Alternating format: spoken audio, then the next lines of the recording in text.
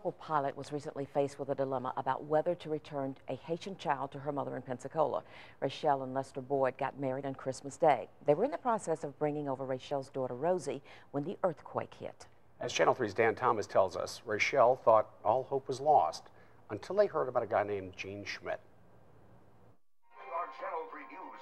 My husband was watching TV and we saw Gene Schmidt on TV. We first told you about Schmidt a few days after the earthquake. Schmidt owns a 6-seater Baron. He's a volunteer pilot for BahamasHabitat.org, airlifting life-saving supplies to Haiti and occasionally flying people out. Any of the seats are yours. After I got back, I got a call at work from Mr. Boyd. Boyd wondered if it was possible for Schmidt to pick up Rosey. After a number of phone calls to numerous politicians, the short answer was no.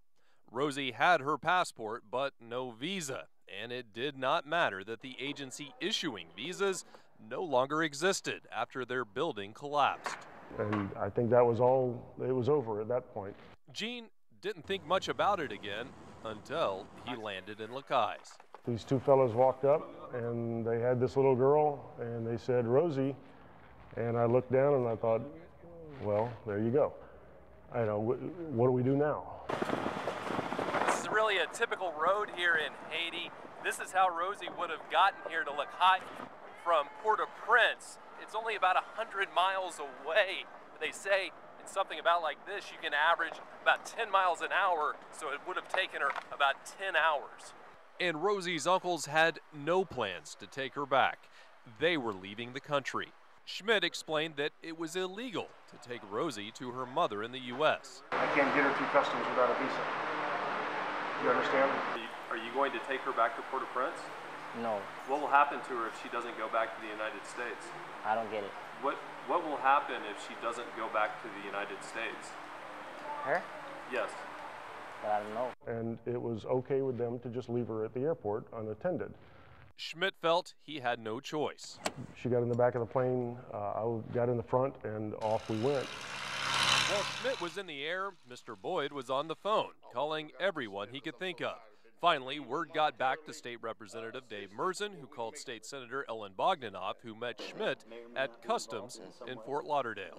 Ellen and I are on the phone to different people thinking that, you know, we're going to apply some political pressure to these fellows, but they're immune to political pressure.